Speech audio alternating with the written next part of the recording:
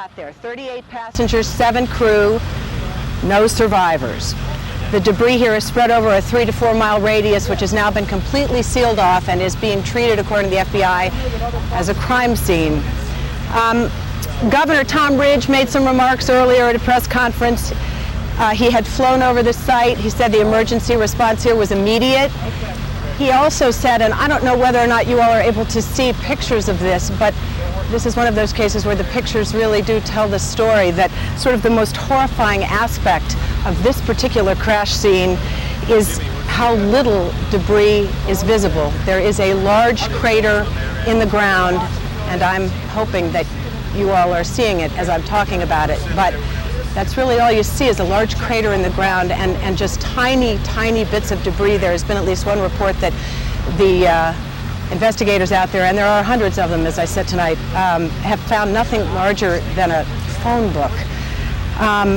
You spoke a little bit ago, Tom, about the haunting cell phone conversations. The most tantalizing story to emerge from this particular crash is coming not from here, but from elsewhere, and it is a story of a cell phone conversation. A passenger on United Flight 93 apparently locked himself in a bathroom and called 911 and got an emergency dispatch operator and told them the plane had been hijacked. The FBI here is not talking about it at all. They will merely say they are aware of that conversation and they are trying to gather evidence about it, which presumably means that there may well be a tape and somebody hopefully is listening to it. What else is happening here tonight? Forensic archaeologists, according to the FBI, are gridding out the scene.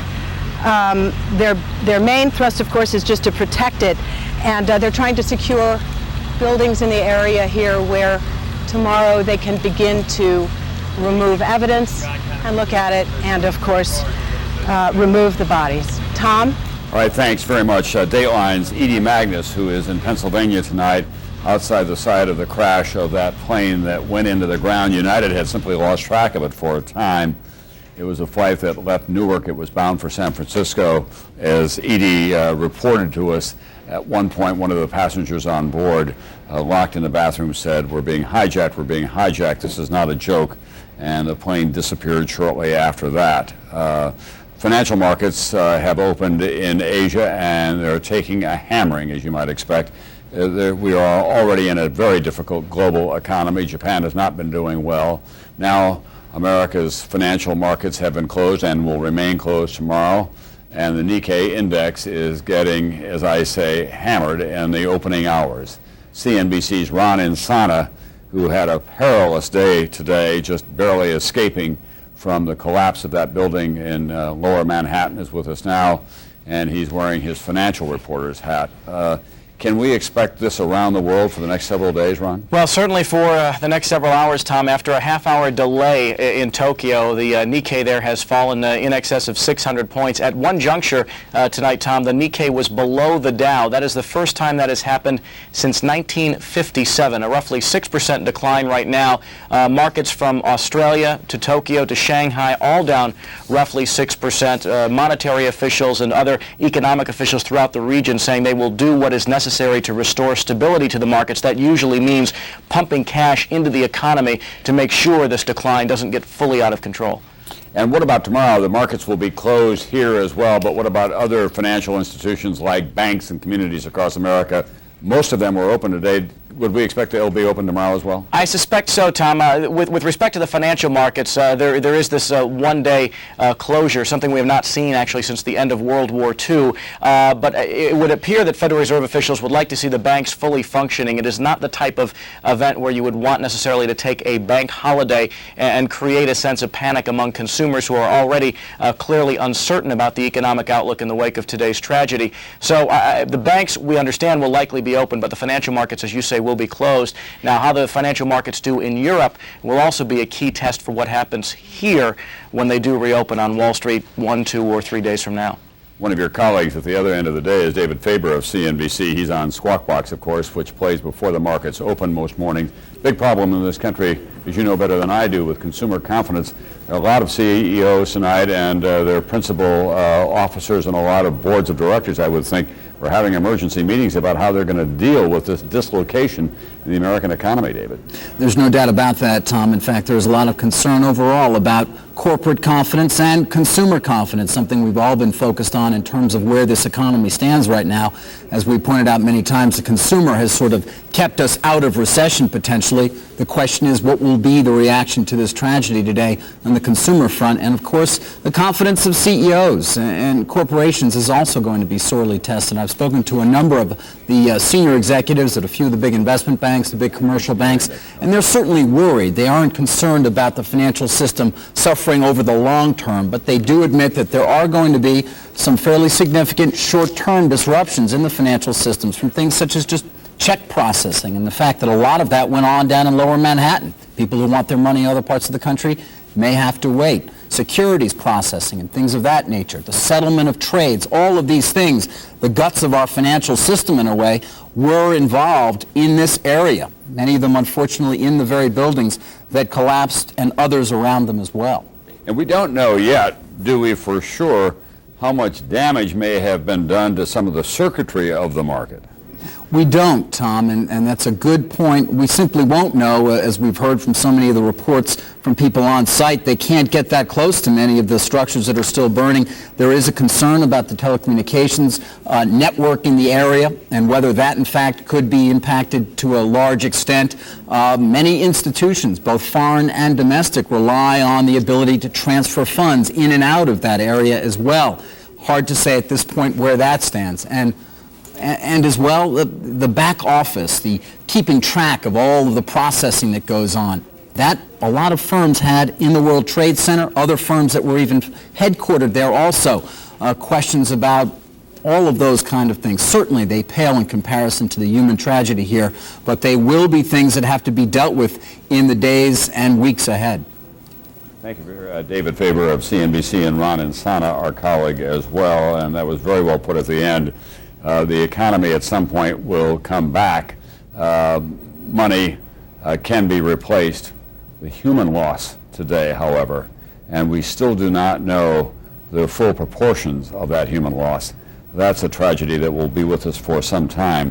The New York City Firefighters Union still saying that at least 200 members of that union, 200 of New York's finest who were down there on emergency and rescue details right after the initial planes went into the World Trade Center, they are missing and presumed to be dead tonight. We do not know how many people are still trapped in the rubble of those two 110-story buildings that came down, nor do we know the exact death toll, for that matter, in the Pentagon, where the fires continue to burn. I just want to repeat, in New York City, for those of you who are listening to us here or in New Jersey, please contact 518-431-7600 if you can offer assistance. This is the Healthcare Association of New York State, a trade group which has volunteered to forward this information to emergency officials. The number rings and rings, but it will go through. The information that they collect is given to the city's Department of Health. That 1-800 number at 628-0193, you'll probably get a busy signal, so the number to call is 518-431-7600 if you can be of some assistance, either as a physician or as a trained medical technician or trained in the area of medical assistance of some kind. Let's go to Tel Aviv now, to Donna Friesen. That is an area, of course, that has gotten a lot of attention today. Palestinian youngsters were in the streets on the West Bank celebrating this attack on America, while Yasser Arafat was condemning it. Tell us, it's now late there, obviously, what the evening was like in the Middle East, Donna.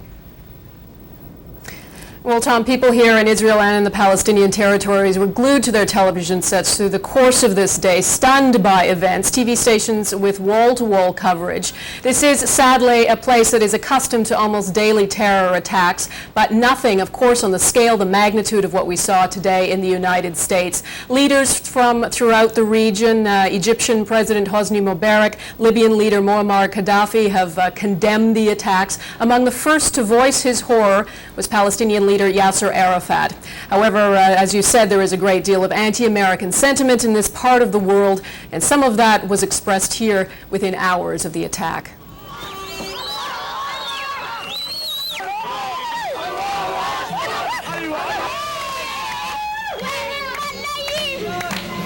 They are helping the Jews to kill the Palestinian people.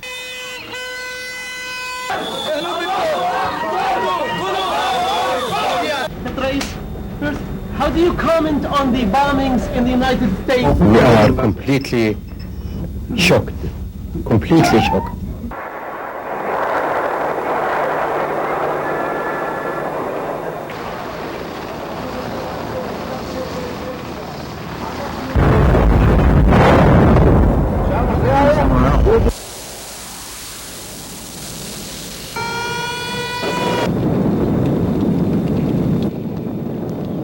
Osama bin Laden's homeland. Bin Laden, now prime suspect in the attacks, has called on his followers to fight until all Americans are driven out of Islamic countries. There's long been fear the conflict in Israel could drag neighboring Arab countries into a wider war.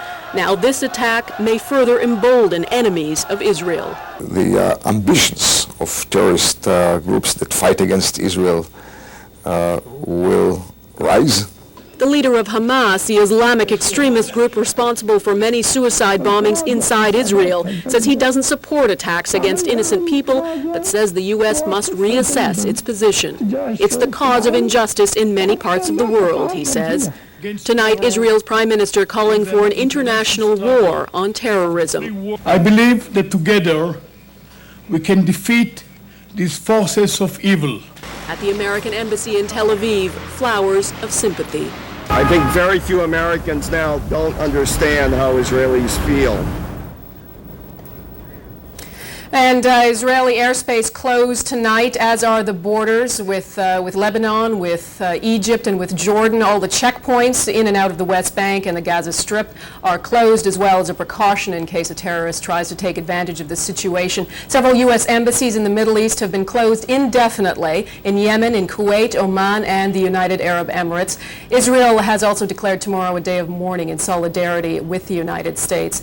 And just one more note, Tom, Israel has sent rescue teams, experts in extricating people from rubble of buildings, to New York to assist in the search and recovery efforts. Tom? Thank you very much. Donna Friesen, who is in Tel Aviv tonight with a wrap-up on what's going on in that troubled and volatile part of the world. It goes without saying that the terrorists were not just a ragtag group of people who acted in some kind of spontaneous or ad hoc fashion. It was a very carefully planned and very efficient operation from their point of view. They must be thinking tonight, wherever they are, that they have succeeded in this first stage of this terrorist war against the United States, but it is far, far from over. The price has been very heavy for the United States in so many ways, and we still do not know the full cost of this terrorist attack today.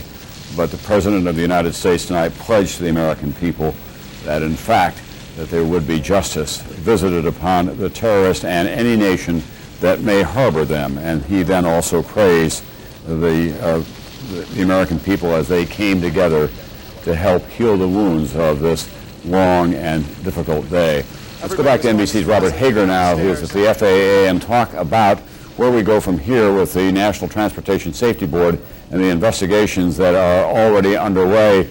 I would guess that one of the first orders of business would be to recover the black boxes, the cockpit voice recording devices, to find out what in fact happened in those cockpits, Robert. Absolutely. Now, normally the National Transportation Safety Board doesn't get involved in incidents that are obvious acts of terrorism like this, because they investigate the things that more often cause crashes, pilot error and mechanical errors, things like that. So usually they just turn it over to the FBI. But in this case, those black boxes could be crucial, particularly the cockpit voice recorder, because that picks up all the sounds in the cockpit. So we're told that NTSB experts are already on scene now, working very much in cooperation with the FBI in search of those black boxes, particularly the cockpit voice recorders. Now, you know, those boxes are designed to withstand tremendous forces. These were indeed tremendous forces, the way these planes went in. Nothing, sometimes a plane goes in prior prior to hitting an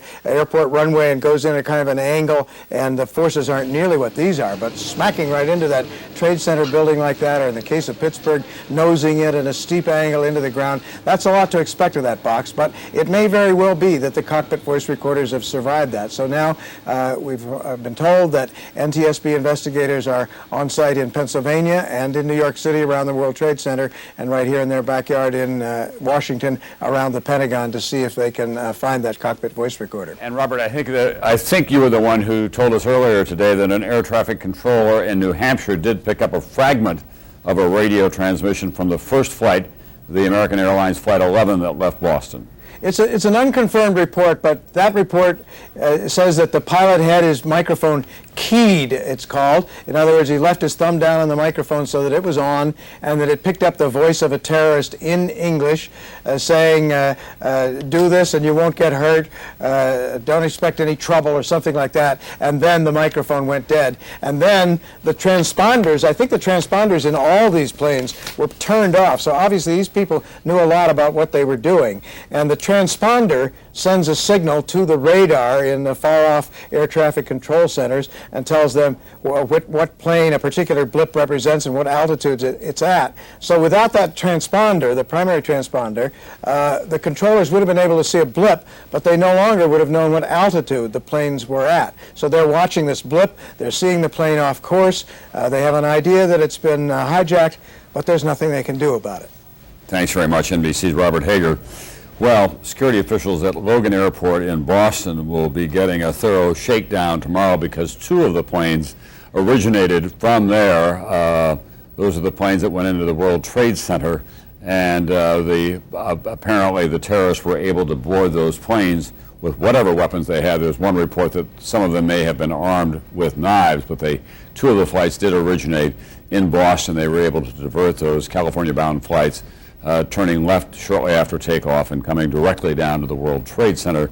One left from Newark, that went into the ground outside of Pittsburgh, and of course the other one left from Dulles Airport in Washington, D.C. It was headed for Los Angeles as well. It was turned around, it flew low over the capital city, and then it went like a bullet into the side of the Pentagon about 40 minutes after the original attack on the World Trade Center. We've asked Dateline's Lee Thompson to take us through the current state of airline and airport security and where it may go from here. For years now, one of the primary focuses of aviation security has been to prevent terrorists from smuggling bombs onto our planes. But what was never fully anticipated was that the planes themselves would become the bombs, guided missiles in the hands of the terrorists. It was a jet. I couldn't believe my eyes. The agency charged with spearheading airport security and safeguarding the skies, the Federal Aviation Administration. Now, after the most devastating terrorist attack in U.S. history, the FAA, often criticized for lax enforcement and bureaucratic bungling, is itself under siege. The FAA has blood on its hands because it's not doing its job and hasn't been. Michael Boyd is an independent aviation consultant with commercial airlines among his clients. We have a major security problem, obviously, and the FAA is at the middle of it. We've known this for years. I've said it for years, that to a trained terrorist, our airports look like a laundromat. You can get in and get out. Along with each commercial airline disaster have come new revelations of serious failures by the FAA. Perhaps none more frightening than the multitude of security lapses. Asking grandma whether she's packed her own bag isn't security when whole perimeters of airports look like sieves. 1988, Lockerbie, Scotland. A terrorist bomb blows Pan Am Flight 103 out of the sky. The aftermath brought both recriminations and recommendations. Our government assured us airport security would be beefed up. Additional security personnel were hired, metal detectors, X-ray machines, and most recently, bomb detection technology. All were deployed to combat the threat of terrorism. But time and time again, in the 12 years since Lockerbie, gaping holes in security have been exposed. Holes the FAA pledged to fix. Holes that government reports warned still remained. Holes that were likely exploited by these terrorists today. There appears to have been a total breakdown at least 3 airports in this country. Give us the scenario of what might have happened. Well, there are 2 plausible scenarios. Either someone was able to get through the security site at those airports, or maybe even more likely, people working on the ground crews had been compromised. How easy is it, and tell us the plain truth, to get a gun or a bomb on an airplane? There are always some airports that fail when we try to get a gun or a knife on an aircraft. How easy is it to get a job as a security screener? It is as easy as falling off the proverbial turnip truck to get a job as a security screener. We have people that would be flipping hamburgers if they weren't working in the security function. They're not very well skilled, there's very high turnover, and I'm not sure that they're up to the job. But inadequate screening of passengers and baggage is not the only threat to security. We don't screen the people who work at airports properly. At tests that have been done at airports around the United States, we found a large percentage of, or certainly a large number of illegal immigrants, people whose background that we really couldn't check out. In fact, as Dateline reported in 1996, our producers applied for and were given jobs at 2 of the biggest airports in the country. At Newark Airport in New Jersey, where one of the hijacked planes departed this morning, our undercover producer was hired on the spot, no questions asked, and no job references checked to drive this electric car. But within 2 days, he was working security checking carry-on bags. He was given no training. And watch how our undercover producer wanders along tarmacs and throughout airplanes without the ID to be there. And he passes some 10 other airport employees without being stopped. At Hartsfield Airport in Atlanta, our producer was hired as a baggage handler without the required background check. Again, he was free to roam on airliners like this one. After Dateline's broadcast, the FAA did change policy to try to prevent these types of security breaches, but recent government reports indicate problems persist.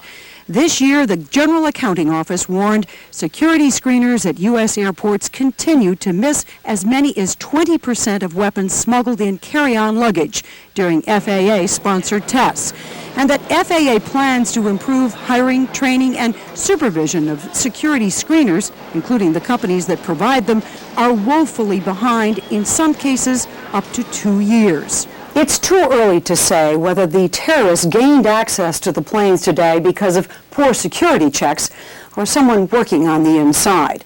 But this much is clear. The hijackings were well planned and the terrorists highly trained. Once on board, they knew exactly what to do. Experts say once airborne, there was little the crew could have done to fend off the attackers. Once on board the aircraft, it would not at all be difficult to gain access to the cockpit. Cockpit door is not like the vault door in a bank, for example. They're rather fragile. You can kick them in if you had to. Barry Schiff is a retired commercial pilot for a major airline who flew both Boeing 757s and Boeing 767s, the same kinds of jets involved in today's attack. Pilots go in and out of the cockpit as they need to go to the restrooms. Coffee is brought to them, so the door is opening every once in a while anyway. And even if the cockpit door were locked and nobody were going in or out, it would not be difficult to threaten a flight attendant such that she would get the pilots to open the door because of fear for her life.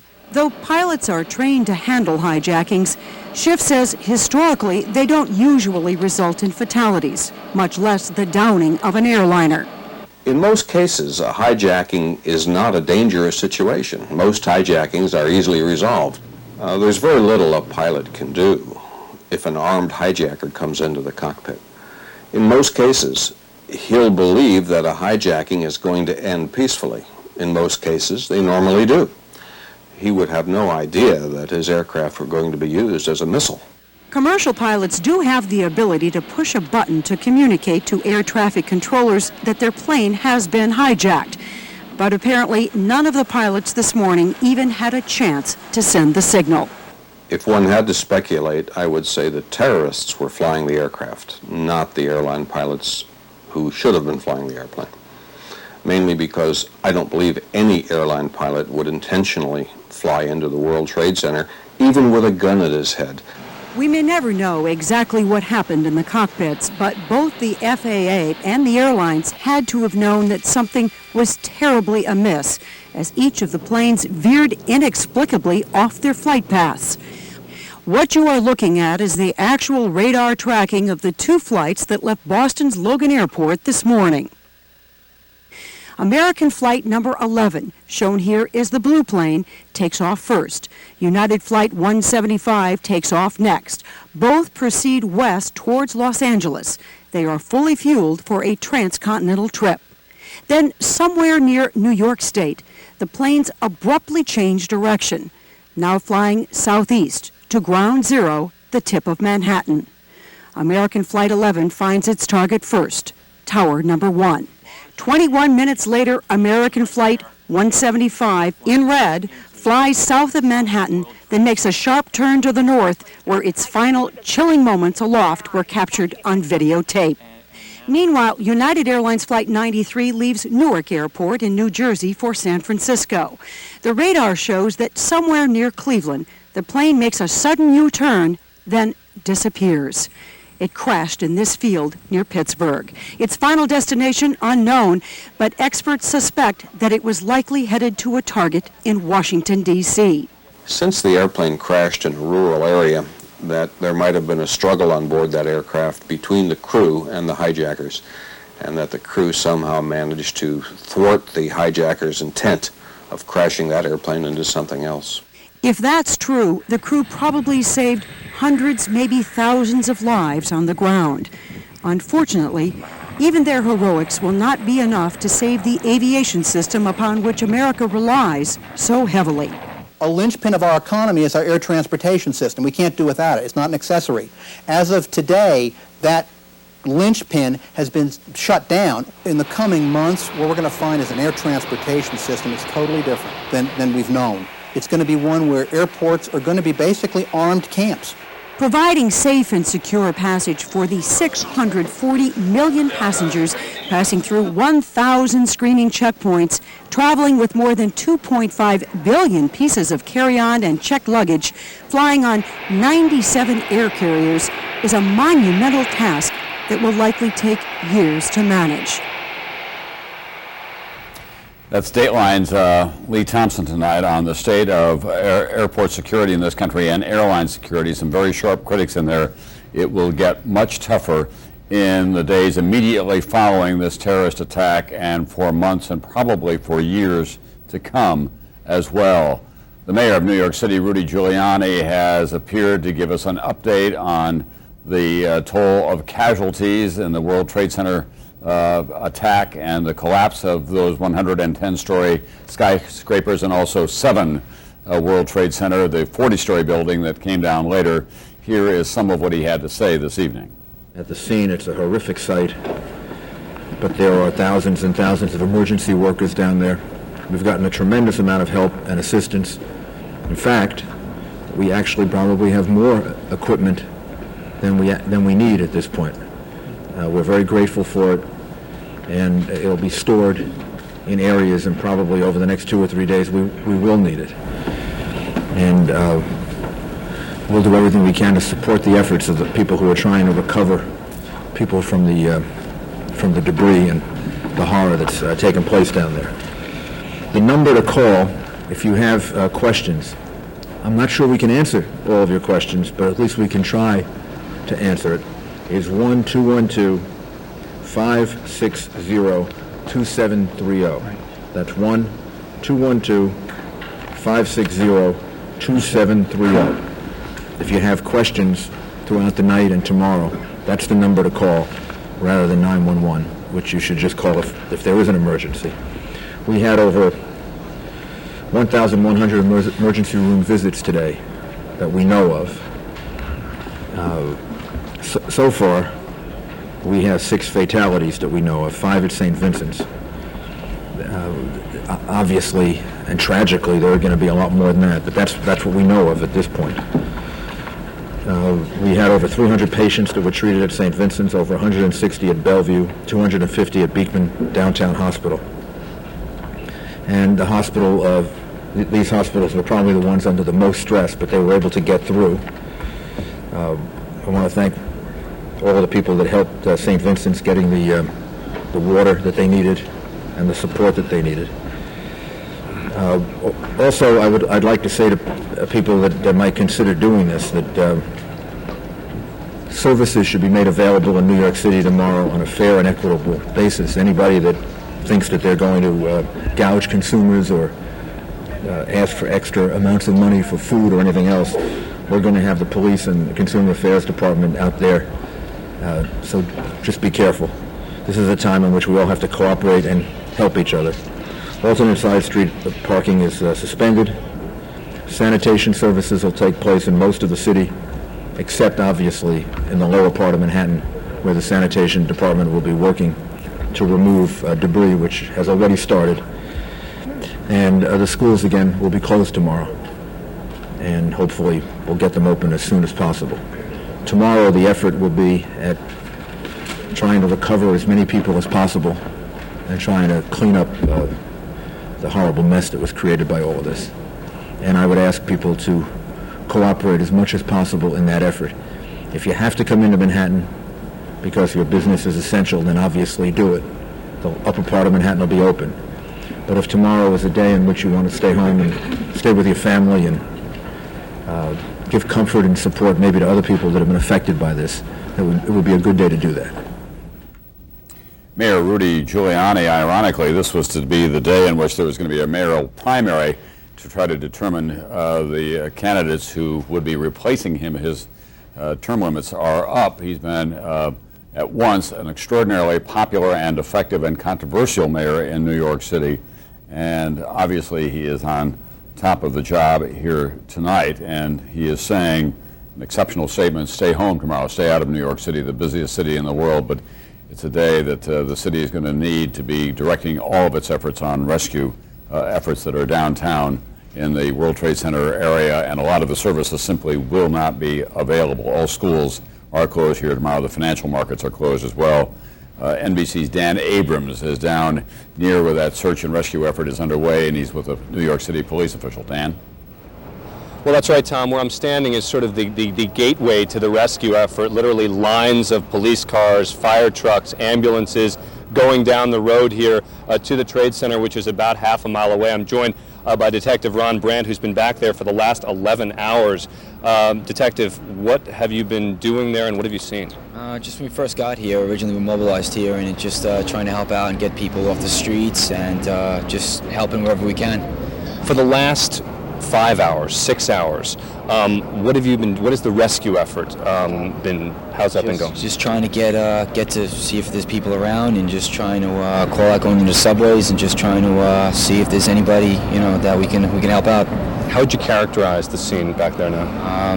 It's words I guess can't describe it. Never seen anything in my 14 years. I've never seen anything like it. Right, like it. Hopefully, I'll never see anything like it again. Detective, thank you. Tom, I want to bring in Captain Kenner from the Fire Department of New York, who is one of the people who's been back there. Captain, thank you for taking the time. Tell us what you have been doing there. You seem to be covered in soot. Just I've never seen such carnage. Right now, we have some heavy cranes, payloaders, lifting heavy steel beams and all, and doing search and rescue operations. Quite a bit of devastation over there. When you say search and rescue operations, what exactly is that involving? Well, we're looking if there are any survivors. I try and ID what we can, and basically lift some of the heavy building off. As you know, 2 buildings came down and another 60-story building collapsed. It's nothing like you could ever imagine. So we have some big payloaders and cranes, and we're going into operation. Commissioners over there. We just walked out now after about 10 hours, and we'll be going back in a little while. So everybody's working very hard and doing the best we can. Have you found survivors? I mean, a lot of the firefighters who are coming out are saying to me, look, this is a recovery effort. Have you been finding them? No survivors so far. So sad to say, quite a few victims, but no survivors so far. So, and again, when you say quite a few, can you give us a little bit more specifics about what you've been seeing back there? You have to ask the command post. They have an overall view. We were in small pockets in certain areas doing our searches, so I could, knowing what we found, and I'd really rather not say what type of numbers, but I know the command post would have the overall figures. Finally, what is the state of the building right now? How would you characterize it? Non-existent, gone. So both towers and a 60-story building next to it. So totally collapsed into each other. Okay. Thank you very much, Captain Kenner. We appreciate it. Tom, back to you.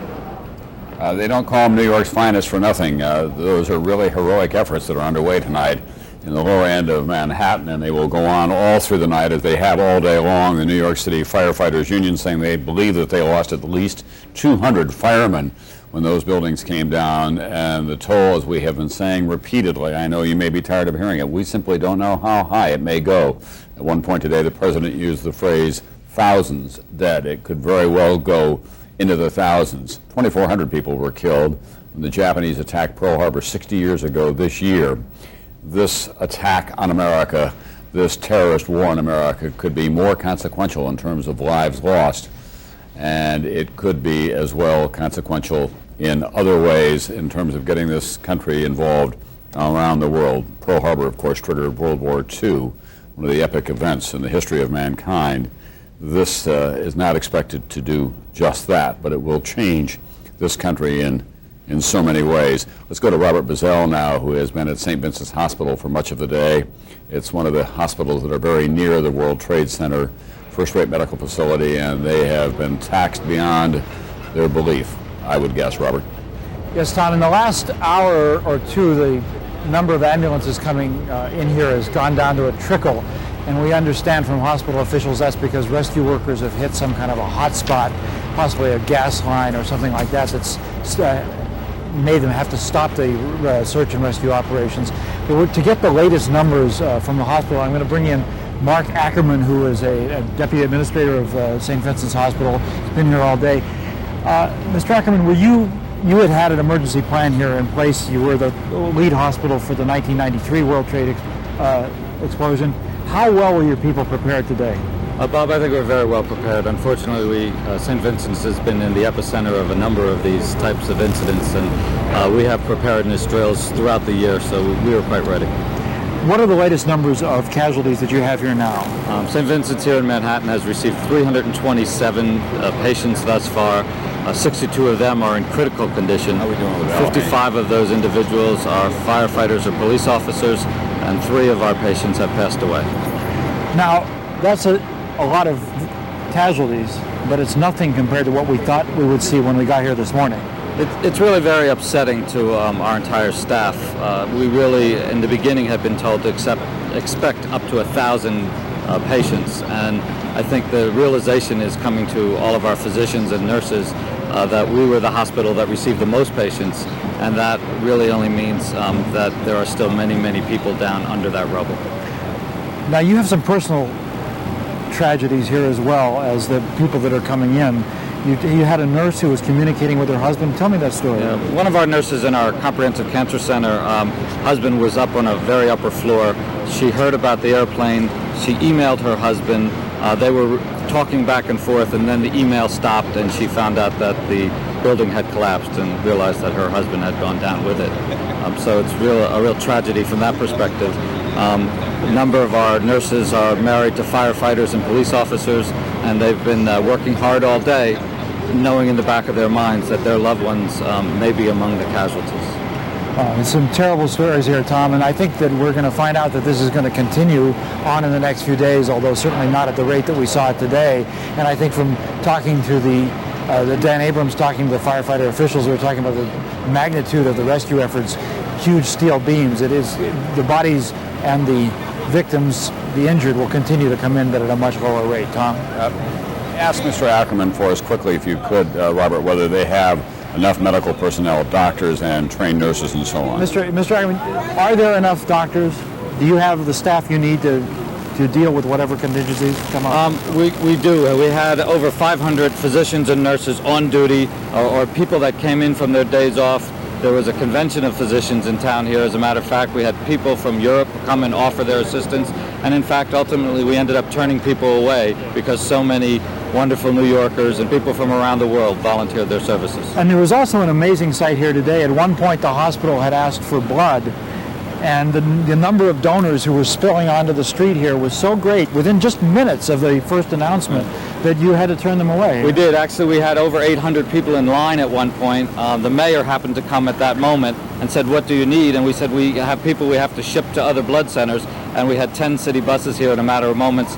Those 800 people were brought around the city to donate blood in other places. And you have enough beds to handle all the people that have come in and all the people that will be coming in the next hours?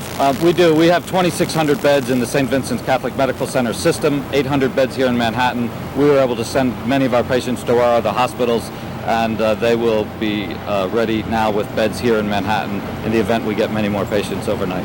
Thank you very much, and great job here by many, many doctors and nurses, Tom. All right, thanks very much, Bob Bazell. St. Vincent's, one of New York's premier hospitals in Lower Manhattan, not too far from the World Trade Center, or what used to be the World Trade Center.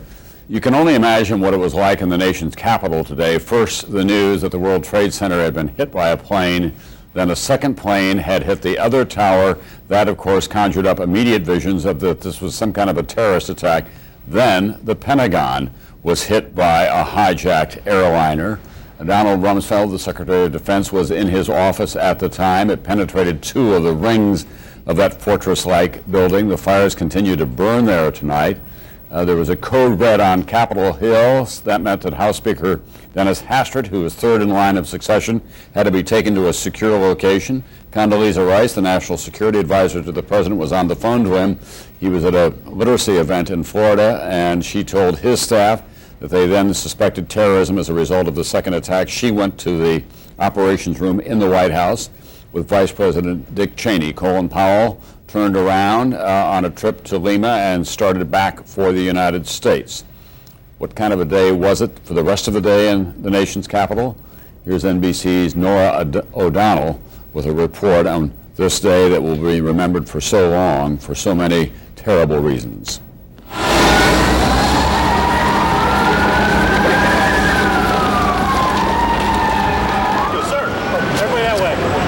Help me get all these people across the street, please. Moments after the attack on New York, the chaos spread to the nation's capital. So what looked to be maybe a 20-passenger corporate jet, no markings on the side, coming in at a shallow angle like it was landing right into the side of the Pentagon. And then a huge fireball, perhaps 5 times the height of the Pentagon.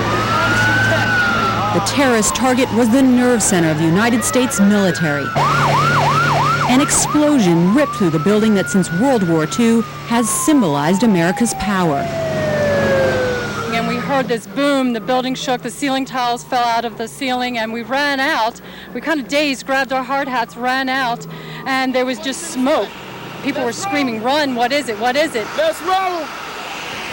Get on the other side!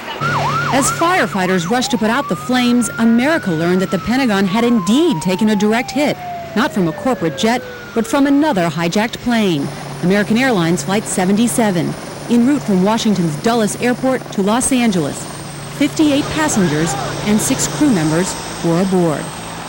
There may have been as many as 100 more people killed or injured inside the building. Dozens were rushed to area hospitals, yet to be accounted for, others that may still be left in the smoldering rubble. Here in Washington, D.C., we are at threat condition Delta. Washington, D.C., now in the crosshairs of terrorism. The military was ordered to its highest state of alert, and at the White House, the Secret Service received a credible threat of a terrorist act. Got to be off the grounds and inside the building.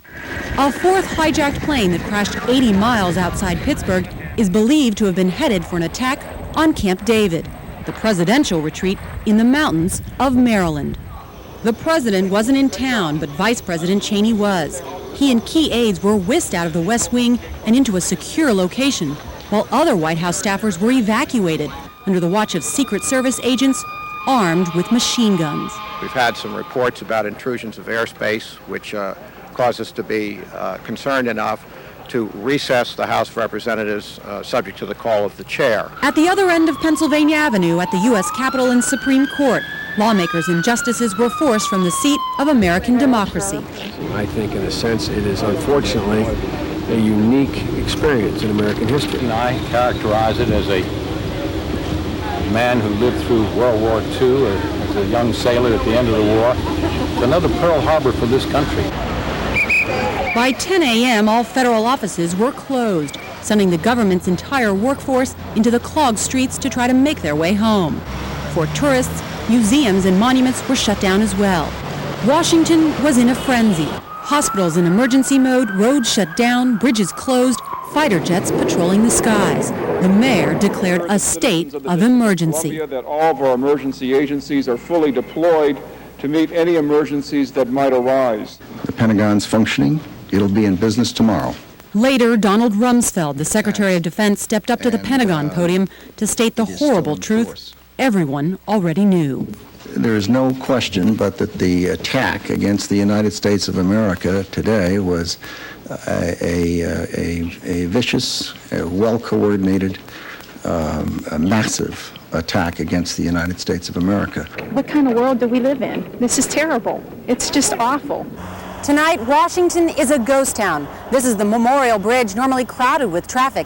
Yet the attack has succeeded in shutting down the capital of the United States and left Americans wondering, how could it have happened in this of all cities? The White House, the Capitol, and the Pentagon are symbols of America. Counterterrorism forecaster Marvin Citron authored a report in 1994 for the Department of Defense, warning of Washington's vulnerability to terrorist attack. We predicted a plane could have crashed into the Pentagon. That's about as specific as you can be. If you made a right turn at the Washington Monument, you could hit the Pentagon. A left turn, you could hit the White House. He advised back in 1994 that air traffic be controlled over and around all federal buildings, but he says this recommendation was not implemented. People are wondering today how the Pentagon, which is the symbol of America's military power, could be hit by a plane. How could that happen? Because we're a free society. The balance you've got in the United States is access and freedom to complete security. Despite heightened security after the Oklahoma City bombing and barriers at the White House, Citron says Washington became complacent about protecting itself. We've let down. We strengthened ourselves during Oklahoma because the crisis was there. We were in a crisis mode. Once we get rid of that mode, we go back to laissez-faire. But is it even possible to protect Washington, a symbol of democracy, but also the nucleus of the country's power? You cannot defend against this kind of an attack. The Pentagon is just one more Washington office building. That's all it is. It's not a fortress. Noel Cook is a former Pentagon counterterrorism chief. Just this June, he authored a report warning that an attack of this kind was imminent.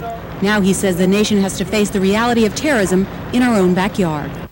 What's emotionally gripping is the feeling that this thing has come home to roost in a major way. We are vulnerable in ways that we never were prepared to admit to ourselves, and we're going to have to cope with that. Marvin Citron concurs. He predicts a city under siege. I think people are going to be more looking around. It'll look more like Israel, where the people there are accustomed to attacks from terrorists, and they're prepared, and they look for things. We'll do more of the same thing. The first step for now, a show of determination by President Bush, who returned to the White House at the end of a tragic day, hoping to allay the fears of a stunned and terrified That's Nora O'Donnell, who covers Congress for NBC News and Washington in general. The D.C. Police Chief Charles Ramsey said tonight, nothing in Washington, D.C., your nation's capital, is likely to be the same again. That's the police chief of that city. But as far as security is concerned, there is no longer any such thing, he said, as business as usual. Already Pennsylvania Avenue in front of the White House had been closed down. There had been some talk about reopening that. That talk will disappear in a heartbeat as a result of this attack on the Pentagon today and the terrorist attack up here in New York City. What goes on in a cockpit when there's the kind of chaos that we witnessed here today? Well, someone who knows a lot about cockpit chaos in a flight that is in a distressed mode is Al Haynes. He was the man who was at the controls of that United Airlines flight in July 1989 and made that heroic, controlled crash landing in Sioux City, Iowa, and saved so many lives with his heroic action. Let's talk to you, Mr. Haynes. You were not being hijacked at the time, obviously, but what it must have been like in that cockpit. You had to be thinking about that today as you watched all these images.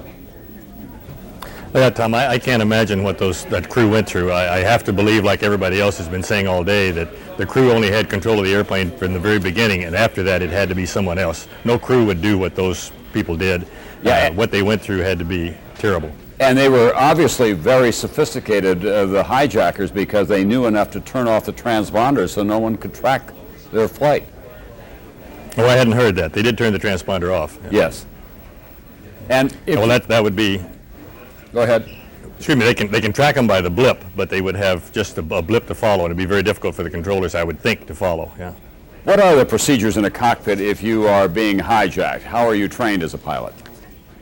Well, you have several different things you can do. One is you do send out a transponder code, but obviously they knew better than that. And that's about it. There's not much else you can do. You send the transponder code, and if they won't let you transmit on the radio, then you're just there, and that's all there is to it. Is there any other way to send a secret signal to air traffic controllers that you're being hijacked? Not unless you use a transponder. Other than that, there's really no way to contact them other than by radio. If they know enough to turn the transponder off, I'm sure they won't let you talk. So. Once you get airborne in a 757 or whatever these planes were today, how difficult would it be for someone to remove the pilot from the chair and take the controls and fly it as precisely as they did into the Pentagon and into the World Trade Center? Well, I would just guess here, speculation, that once they're in the cockpit, they probably know enough to put it on autopilot. They put it on autopilot, then they pull the crew out of the seats by either executing them or making them unconscious, and then they can get back in and fly. But first it would go on autopilot, so the airplane would be under control while they were doing this. And they probably know enough to do that, evidently, if they know enough to turn off the transponder. That'd be a guess anyway. Yeah, but they made a hard left turn when they left Boston, according to the blip that we were able to follow on the tracking tape, and then they were able to make a couple of banking turns at low altitude here over Manhattan, and I think that there was at least one report that they did the same thing over Washington, D.C., perhaps over Lafayette Park. So it does appear that the people who were at the controls were skilled pilots, and if they were the terrorists, they were obviously highly trained. Well, it's also possible that they hijacked the airplane before it took off. I'm just, again, a wild guess, so that they were actually in the cockpit at the takeoff. And if you know that the one down in the Caribbean that crashed, the hijacker was in the right seat while the captain was in the left seat. It's possible if he thinks they're just going to hijack the airplane, you'll do whatever they say. And if he says, I'm going to sit in this right seat, you take off, that's what you do because you assume he's just going to go somewhere and land and refuel and that type of thing. How difficult has this day been for you watching these planes being flown into buildings and the Pentagon? It was difficult at first, especially when I found out there were crews involved, and when I found it was United, it was even more so. But the whole thing has been very difficult. I have been busy most of the day and haven't seen an awful lot of it. But what I have seen is just, as the word everybody uses, horrific, and it's a very emotional thing for anyone. Al Haynes, thank you very much for being with us. It still was a marvel of piloting that you did when you landed that plane in Sioux City, Iowa. A United Airlines plane that had lost most of its controls, and he was able to bring it in a controlled crash landing. They did lose some of the passengers, obviously, but any number of them were saved as a result of his great skills in the cockpit. We want to show you some remarkable scenes now from inside Air Force One. This is the fighter jet escort that Air Force One had as it flew back to Washington today from the Strategic Air Command headquarters at Offutt Air Force Base. That may become a routine procedure for the president as he flies domestically in this country as well as internationally.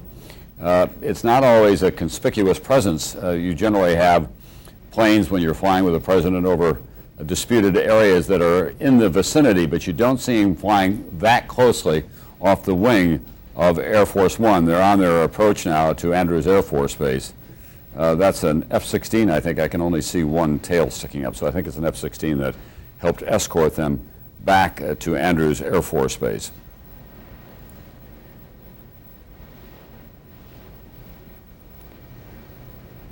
Let's go to Dateline's Keith Morrison, as he has been taking the pulse of this country.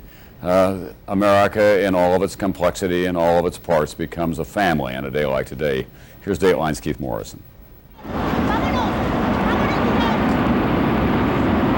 In a moment, everyone knew things can't be the same anymore. And all across the country, as shock gave way to fear or anger or some other emotion, officials in charge of places and events shut them down. Suddenly, this is a country in which security means everything. Airports almost everywhere closed. No airplanes will be leaving any of the airports in the United States until the ground stop is lifted. Hundreds of people at airports all around the country crowded around TV sets, stunned. It's unbelievable to me that people can crash planes in the World Trade Center and collapse on thousands of people. All the rescue workers outside there. It's absolutely devastating. I don't think anybody in this nation is going to be able to sit down at dinner this evening or any evening from now on and consider ourselves to be completely safe. This is crazy. The order to close for the first time the entire national air traffic system came early from the Federal Aviation Administration. Many of those airports were evacuated. For how long? Who knows? At least until tomorrow afternoon, perhaps longer. No one's ever done such a thing before, ever. I think security is going to be so tight tomorrow that you're not going to believe it. It's going to take a long time to get everybody cleared. I mean, they're going to be doing hand searches. They're going to be doing all kinds of stuff. It's going to be the top level of security that we have tomorrow. Markets, of course, just stopped. How could they operate here? Already, the financial loss has been in the billions. And, said UCLA finance professor Bradford Cornell, it will hurt for some time. Investors are likely to get frightened. That will lead to a dramatic drop in stock prices. And now, says Cornell, now that many institutions and companies will try to be more careful about security, we'll keep paying. That throws sand into the gears on which our economy runs. And it's going to make the cost of doing business greater, corporate profits lower, and that will depress stock prices and economic activity, even in the long run. But that's for some other day. Today, nationwide, flags were lowered to half-staff. Many states closed their public buildings, courthouses shuttered, trials postponed, popular landmarks locked up. Seattle's Space Needle, the Disney parks on both coasts, even the U.S. Mint shut down. The national pastime went the way of the national mood. Baseball commissioners announced that the schedule is off indefinitely. And for the Emmys, postponed indefinitely. Who felt like celebrating? This weekend is not the weekend to put on this telecast. In Texas, thousands of people flocked to a prayer vigil at Southern Methodist University. Help us to make sense of senseless acts. Psychiatrist Dr. Stephen Kingsbury said he expects a lot of people will want to be overcautious for a while.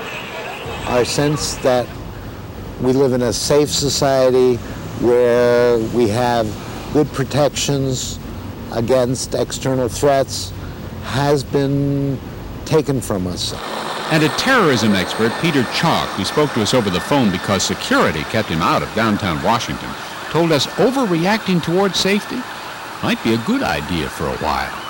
That symbolic message that's been transmitted across the world will have profoundly affected the image of the United States abroad, of invulnerability, and that the U.S. can be brought in to the very front line of this sort of attack. And what wasn't shut down today, we are much more careful about guarding. The border with Mexico and with Canada closed for a while. Security around military installations like this one is at extraordinary levels, of course, also at atomic plants and the other sensitive places in the American infrastructure, which in the past had seemed impervious. No longer. The terrorism expert worries that in their fear and anger, Americans may decide it's time to end this country's famous openness. That would be a mistake, he says. Without a doubt, I mean, one of the prices you pay for being in a democratic society is that you have to live with a certain risk threshold.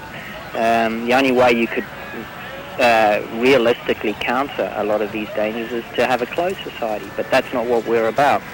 America may be a little different after today, a little more conscious of external threat. As the psychiatrist said, we may have some new routines now. Does that mean that there'll never be another hijacking or terrorist attack? Probably not. Does it mean the vast majority of us will feel safer? Definitely, eventually. But not today. Today we interviewed the doctor in a park because security at his university office kept our cameras outside. That's Dateline's Keith Morrison on the mood of this country on this stunning day that so brought together America in grief and shock, frustration and anger and determination to go forward as well. We do have some additional information for you. A top New York City police official said at the end of the news conference by Mayor Giuliani that, in fact, there are people still alive trapped in the rubble of the World Trade Center. He wouldn't say how many, but they're bringing in heavy construction equipment to move a lot of the big blocks of concrete that have come down and the steel beams as well. And he says that they have recovered some victims who were still alive when they found them this evening. So that's the most heartening news that we've had from the site of this carnage in lower Manhattan so far tonight. The work will go on through the night and for several more days. John Hanson, the assistant fire chief in Oklahoma City, reminded us earlier that in Oklahoma City the rescue efforts were going on for 7 days before they were called to a halt, and they had a full accounting of all the people who were missing. And as horrendous as Oklahoma City was, it will pale in comparison probably in terms of the number of people who were in the World Trade Center when those two buildings came down, say nothing of that 40-story building that came down later, although that area had been evacuated by that time. NBC's Maria Shriver is in our Burbank bureau tonight, and she has been looking at the people who were on those flights that were destined, most of them for Los Angeles, although one flight was headed for San Francisco. Maria, what can you tell us? Well, Tom, as you have been reporting, as you just mentioned, all 4 of the hijacked planes were headed here to California, 1 to San Francisco, 3 here to Los Angeles. And the news that came here to California when people heard that those flights were coming here brought this city almost 3,000 miles away from the New York World Trade Center to almost a complete standstill. Los Angeles was one of the first airports in the country to get the early morning call to close down. Los Angeles International is one of the airports that we've asked to be evacuated early on. That unprecedented move spread fear throughout the city that terrorism might be heading west. The city went into high alert. Federal buildings, City Hall, and the courts were all evacuated, and that was just the beginning. The chief of police attended an emergency council meeting and went on television to try and calm people's fears. We certainly want to again reassure the public that all is safe in the city of LA. We certainly have no guarantees, but we're certainly looking at all of the precautionary measures to ensure that the community is as safe as possible. And while there were no terrorist incidents, nonetheless, businesses came to a standstill. Disneyland closed its doors not just in California, but throughout the world. Virtually all studios closed down, including Jay Leno, who suspended production for the rest of the week. Tonight's Latin Grammys were also canceled, so was Madonna's concert and sporting events for the near future. Even the Emmys canceled Sunday's award ceremony. A celebration and a comedy show would just not be something that would be appropriate for this country this weekend. By mid-afternoon, the state's governor felt it necessary to go on television and reassure all Californians that their state was indeed secure. First of all emergency services operations are up and running throughout California. Secondly, all law enforcement and firefighting personnel at the state level are fully deployed. But despite the pronouncements from elected officials, this was a state in fear and shock. It's like a movie. I can't believe that it could happen in this country. And while thousands of Los Angelinos were stranded and frightened, the real concern here was for New Yorkers and for the families here in Los Angeles who had loved ones on those planes. American and United Airlines asked the Salvation Army and the Red Cross to be available today to offer pastoral and ministerial services to the families of victims. It's just to be there and to say to them, we are here and we'll do whatever we can do to help you through this trauma and this pain. Tom, it's important to note that neither American Airlines or United Airlines have officially released the names of the passengers on those 4 flights. But however, some family members have released some names, most notably David Angel and his wife Lynn were on the flight from Boston here to Los Angeles. Angel is well known as the producer, one of the producers of the hit television show Frasier. His colleagues released a statement this afternoon calling him an incredibly talented, kind, and gentle man, a man of incredible personal faith as well. He perished on that flight. Also, as we've been reporting, I know you have also, Barbara Olson. She was the wife of Solicitor General Ted Olson. She was on the flight from Washington to Los Angeles. She was one of the few passengers on several of these flights who managed to make a cell phone call to her husband where she told him that they were being hijacked. Moments later, her plane crashed into the Pentagon. Several other names have trickled out, but we don't know whether their kin have been notified, so we don't want to go out and actually tell you who they are. American Airlines and United have both asked us to publicize 800 numbers that they have put together. This is for family and friends who have questions, who want information about whether loved ones actually did get on those flights. The United hotline is 1-800-932-6555, and the American Airlines hotline is 1-800-245-0999. And they're quick to point out that people who are just who have no real personal connection should not tie up these lines. These are phone numbers for families, for concerned members of families who might have loved ones on those flights. But people here, you can, if you flew over this city today, you wouldn't even recognize it because these normally clogged freeways were virtually empty. Many people kept their children at home from school, although the school system did go on as usual, and people have been asking the city to return to normal. But very much, this was a city very much in shock this morning. Throughout the day, people thought this terrorism might be headed this way. So we'll continue to keep you up to date on the California situation. Tom? Thanks very much, NBC's Maria Shriver. I suspect that was the case across the country as well, even for cities and small towns that were not the destination of these airplanes, that things did come to a stop today because it was one of those events in which America coalesces around its sense of national identity and shares the television set as well, trying to keep abreast of what has been going on. We're joined now by New York Governor Pataki, who has been down at the scene of this carnage all day long. Governor, tonight we heard a top New York City police official say that there are still people alive, that they do expect to recover some people from that wreckage throughout the night tonight. Is that your understanding as well? Well, we certainly hope so. The rescue efforts are ongoing, and they have the highest priority. We have the city of New York has the finest police and fire rescue teams in the world. They've been augmented by our state, National Guard, and federal help, and everything that can be done is being done, and we're just praying that we can recover some people who might be in the rubble right now. The New York City Firemen's Union reported earlier that it had lost 200 of its members when the buildings came down. Is there any confirmation of that you have independently? We don't have any confirmation of particular numbers, but we know this is one of the darkest days in American history, and our prayers are with those who have lost their lives, with the brave families of the firefighters and the police who risked their lives to save others and were victimized by this terrorist attack, and our prayers are with those who are afraid their parents might not come home tonight. But we're going to continue to have hope. We're going to continue to work to get through this and to make sure that everything is done to try to recover anyone who might still be alive downtown. That is the highest priority, obviously, and to treat those who have been injured and to recover those who have been killed. You have any sense at all as to when that financial district can return to some semblance of normality? Tom, as you know, we've closed New York City south of 14th Street for tomorrow.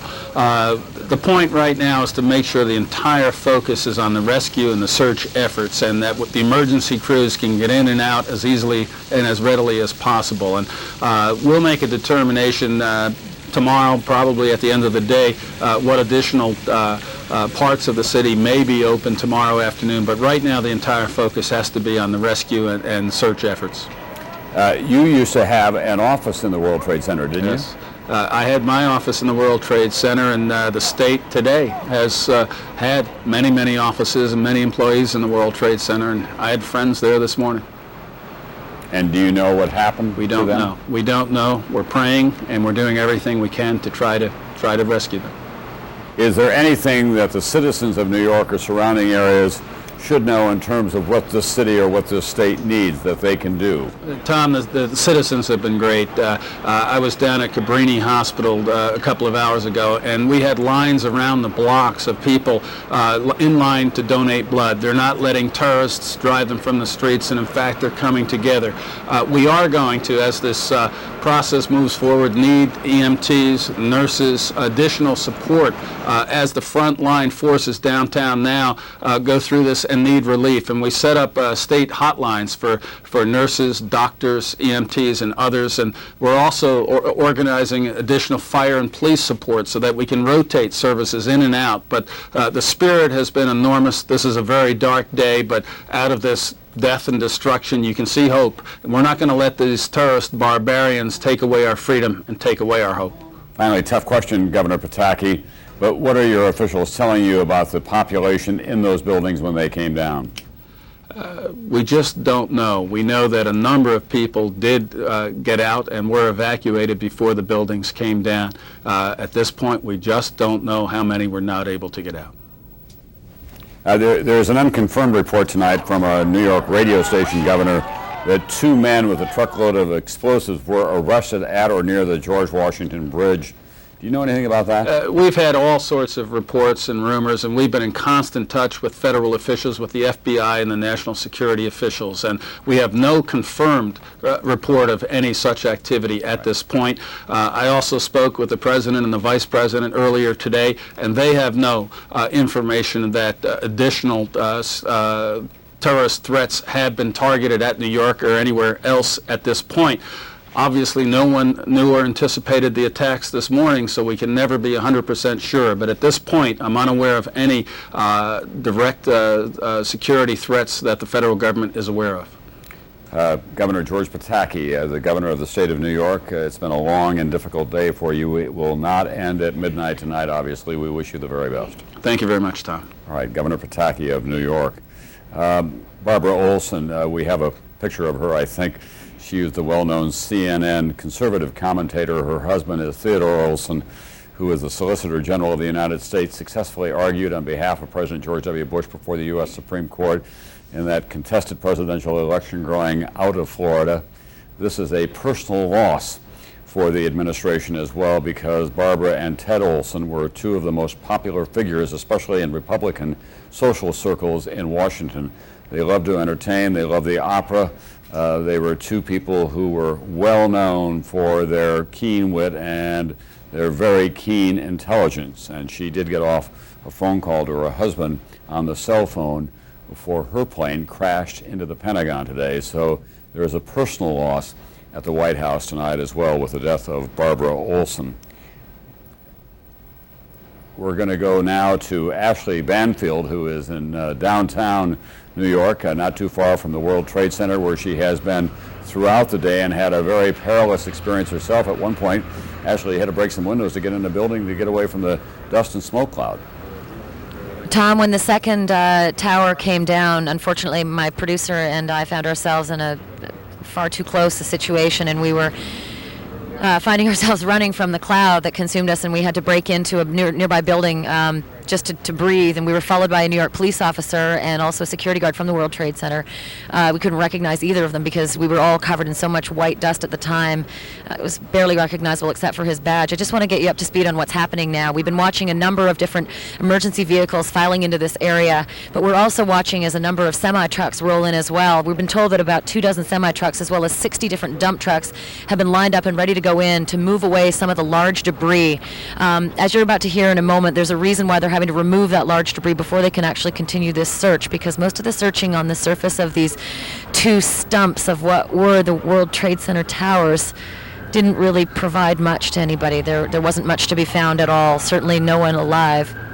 And what's strange is very few cadavers as well. I'm joined by one of the firefighters who was one of the first on the scene. Lieutenant Pat Clancy has just come out from 12 hours in sort of the ground zero area, and I just want you to describe for me what happened when you first arrived, Pat, on the scene and you ended up going up onto the rubble heaps.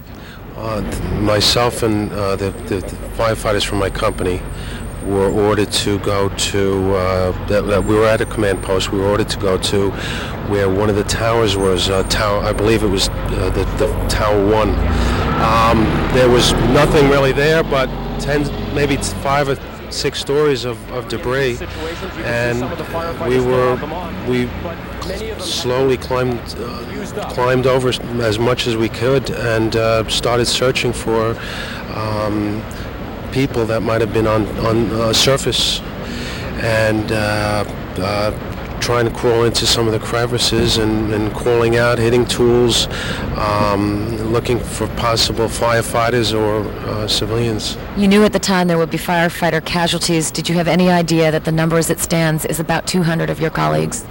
We were assuming it would be a large amount, but firefighters, civilians, police officers, emergency workers, they're even a block away. There are fire trucks and police cruisers that are ambulances that are flipped over, burned out a block away. Just quickly, you were able to call your wife via our cell phones when you got out of your 12-hour shift. She had no idea you were alive. What was her response to you? She was hysterical, but I would imagine hundreds of firefighters are the same way, their wives. Lieutenant Pat Clancy, thank you for talking to us, and good luck. Stay safe. I know you're going back in tomorrow, so be careful. Thank you.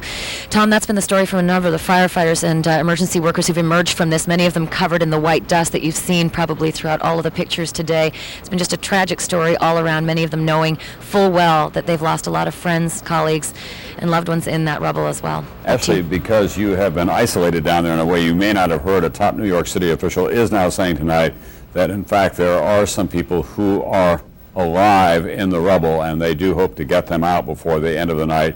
He also said that they had recovered some people who were still alive when they got them out of the rubble, so there is some faint hope, at least, for people who have been trapped in there. We don't know the number by any means or how severely they are trapped at this time, but thank you very much. It's been a long and difficult and dangerous day for you, and we do appreciate your reporting. Let's go to NBC's Robert Hager now, who has some additional information for us on that United Airlines flight that left Newark bound for San Francisco and then was headed back toward the East Coast when it went down outside of Pittsburgh. Robert? A couple of pieces of key information. It comes from a briefing that Attorney General John Ashcroft has just completed for members of Congress at the Capitol Police Headquarters down near the Capitol.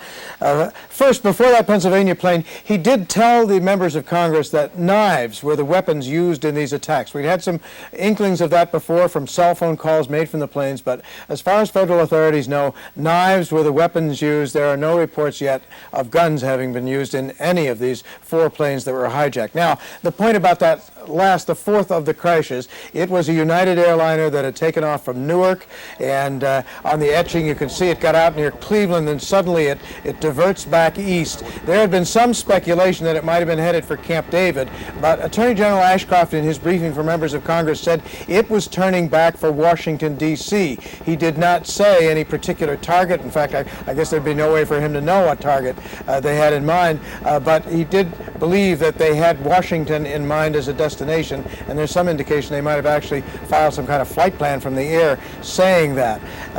He also said one other thing, that plane was not shot down. Now, there'd been no evidence that it was, but there were rumors around earlier in the day. Many people wondered, gee, could they have heard that it was going for the White House or something? Could anyone have actually dared to have ordered it to be shot down, even with all those people on it, because of national security? But Attorney General Ashcroft put an end to that. He said the plane was not shot down from the air, not shot down by any missile. Tom?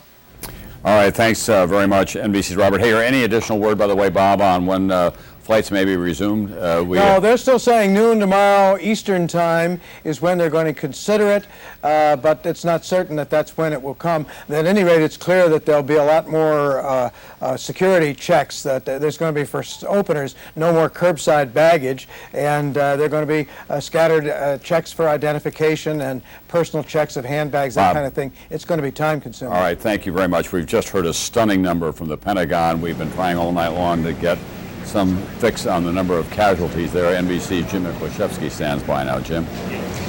Tom, the latest figures from Arlington firefighters who are really in charge of the firefighting and rescue efforts here, an estimated 800 killed inside the Pentagon, many of them still buried in the rubble that you see behind us.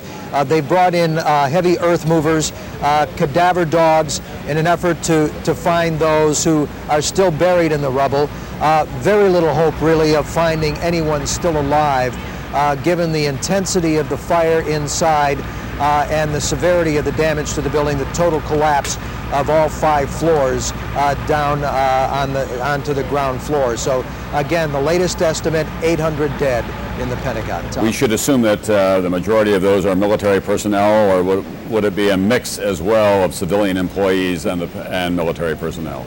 Given the portion of the building, Tom, it's probably primarily military, Navy, Marines, some Army, and of course some civilians mixed in. All right, thanks very much, NBC's Jim Miklashevsky. The very disquieting news that at least 800 people were killed at the Pentagon, more than 266 were killed on those airplanes, an untold number still unaccounted for in lower Manhattan.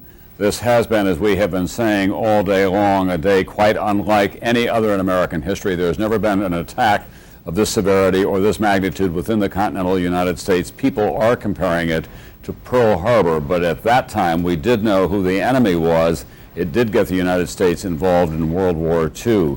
This, of course, a shadowy terrorist attack using civilians against civilians, hijacked airliners as guided missiles. We want to share with you now just some of the first-person accounts of the people who have gone through this long, unending, and difficult day. On any given day, New York is a city with its own sounds, with its own rhythm. Today, you could feel a collective shudder as it all came crashing down, and the voices of those at Ground Zero are still shaking. Fathers. All of a sudden, we felt the second one go. Mothers. We all heard this just really loud explosion. Daughters. A huge explosion and a shudder. And our own colleagues at NBC. I never thought that it would happen here. Tom Lochtefeld, at work at a trading firm on the 80th floor of World Trade Tower 2 when the first plane hit. All you could see were papers and smoke just flying through and around the plaza. And we looked up about maybe 10 or 15 floors up, and the whole wall was blown out, and it was filled with flames. And everybody was just like in awe. We had no idea what it could be. And suddenly our 2 managers in the office, they came screaming in with an urgency that I've never ever heard before in anybody's voice, saying, "Get out, get out, get out, get out."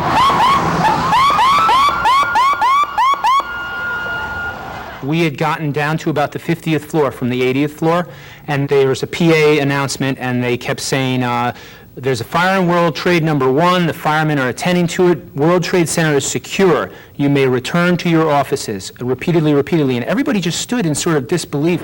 Tom didn't go back. It was far from secure. Just minutes later, the second crash right into his office. If I went back up, I would have been dead. And if I didn't leave the minute that I left, I would be dead. And God bless the people who were on the 110th floor, because if I was down at the 50th, they were down at the 80th.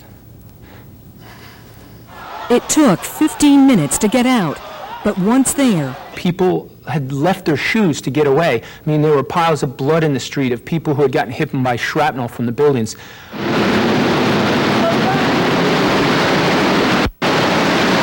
Your wife, she said to me that she thought she was a widow. I bet. Kim White was stuck on the 74th floor of Tower 1. The doors were locked. Why? I have no clue. We sat around for about 5, almost 10 minutes trying to find a door or get somebody with a key to come open the doors so we can get downstairs. If we had those precious 5 or 10 minutes, would have made that much of a difference. A difference because she barely managed to escape as the building was collapsing. Glass just flying all over the place, and we're not knowing which way to go because we didn't know which way the building fell. Once it hit ground, all you saw was blackness. I'm sitting here saying to myself, breathe properly, Kim, breathe properly, because you don't want to take in too much, because you're going to collapse, and no one's going to be able to find you because there's nothing but blackness. And breathing wasn't easy, not just because of the debris. To make things worse, Kim suffers from asthma and suffered an attack. Was there a time today when you thought you were going to die? Oh, definitely. On at least 3 or 4 occasions. The initial explosion, going out to the reception area, seeing that ceiling collapsed, being stuck in a stairwell and not being able to get in. We couldn't go back up, we couldn't go down. My life didn't flash before my eyes. It was just trying to get down far enough where, I would be safe. And to the safest place and person. I just want to see my mother, that's all. I'm probably 32 years old, sleep with my mom tonight. Someone else's mother, Maggie Cusack, was also battling her way down from the 82nd floor of Tower 1. The building just shook, and you could see the stuff kind of flying down. It was big. I mean, you could tell it was a large event. I believe all of my coworkers got at least out into the stairwells. I guess it was about the 27th floor. The firemen started coming up into the building. And I just felt that they were very brave, and we were kind of clapping for them and wishing them luck on their way in. Are you thinking of the firemen because you fear that they were perhaps trapped in the building when it collapsed? I think they probably were. I think there were a lot of them that did get trapped in there, and I think that's very sad. They were all nice, young, healthy, good-looking guys, and I'm just really grateful that I got out before the buildings collapsed. A few moments ago, NBC's Dawn Fratangelo with some of the people who went through the most terrifying day of their lives, their relief that they survived, their gratitude for the people who tried to save them, and their grief as well for their loss. Let's go to NBC's Rahema Ellis now. There is some, I'm told, exceptional videotape at Ground Zero. Rahema? Tom, indeed, I have just come back from Ground Zero. It's like going inside a disaster. We have some pictures we want you to take a look at. There's an eerie light that's cast over the entire area. Fire crews are hosing down the smoldering remains. There are firefighters everywhere. They are literally sifting through the rubble, trying to see what there is, who they might be able to find. I asked one firefighter, it is hard to imagine that anyone could survive this kind of devastation.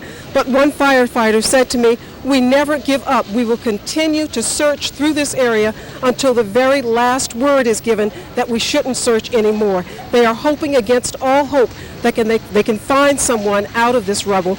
Tom, it is almost unbelievable. It takes your breath away to stand in what was the center of America's financial area, and now it doesn't exist anymore. There is still dust, choking dust. The air is so thick, it's very hard to breathe. It's very difficult to see. The firefighters, however, as I say, they refuse to give up. We went 1 block away from Ground Zero. It is the staging area where all the firefighters are. We talked with one of the chiefs who told us that he felt that they were able to bring someone out alive. He couldn't tell me what the condition of the person was at this moment, but he said that's what his firefighters are there to do, to see if anybody has been able to survive this tragedy. Tom? Rahema, did you see any evidence of people who were alive or hear from the firefighters who were on the ground about recovering some people who were alive? No, Tom, I did not. Every firefighter I talked to only shook his head, lowered his head in disbelief and sadness, but again, with the determination that they were going to continue to search until all hope was lost of finding anybody alive. They are continuing that search. Thank you very much. NBC's Rahema Ellis, the New York City police official who said earlier that he believed that people were still alive there. The hope may have been the father of the wish in that case. This day, you'll remember forever, whatever your age, wherever you live in this country. There are those days that, for the people who are alive in America, are etched forever in their minds. December 7th, 1941, Pearl Harbor. 1945, the end of World War II, victory over Germany and Japan, the death of FDR. November 22nd, 1963, the assassination of John F. Kennedy. The age of innocence came to an end in America. 1968, the assassination of his brother and Martin Luther King. 1974, the resignation of Richard Nixon. 1989, the death of communism, the fall of the Berlin Wall, the liberation of Poland and Czechoslovakia. 1990, the release of Nelson Mandela. And of course, 1989 as well, Tiananmen Square and all that that meant to this country. 1968 also saw the landing of the man on the moon. And then the millennium, a new century, a new beginning of 1,000 years, new hope for this world and for America. 1 year in, on the 11th of September, the 9th month, 9/11/01, an act of terrorism that is tantamount to war, the most serious attack on this country since Pearl Harbor, the most devastating attack within the continental United States ever by a foreign force of some kind in more than 100 years. We'll all be tested by all of this, and we'll have continuing coverage. Many of your local stations will go to their local news now, but we'll have continuing coverage on this NBC station. Brian Williams will be here for a while, and I'll see you again at 11:30.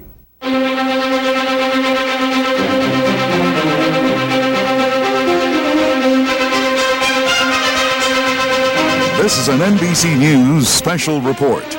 Here is Brian Williams.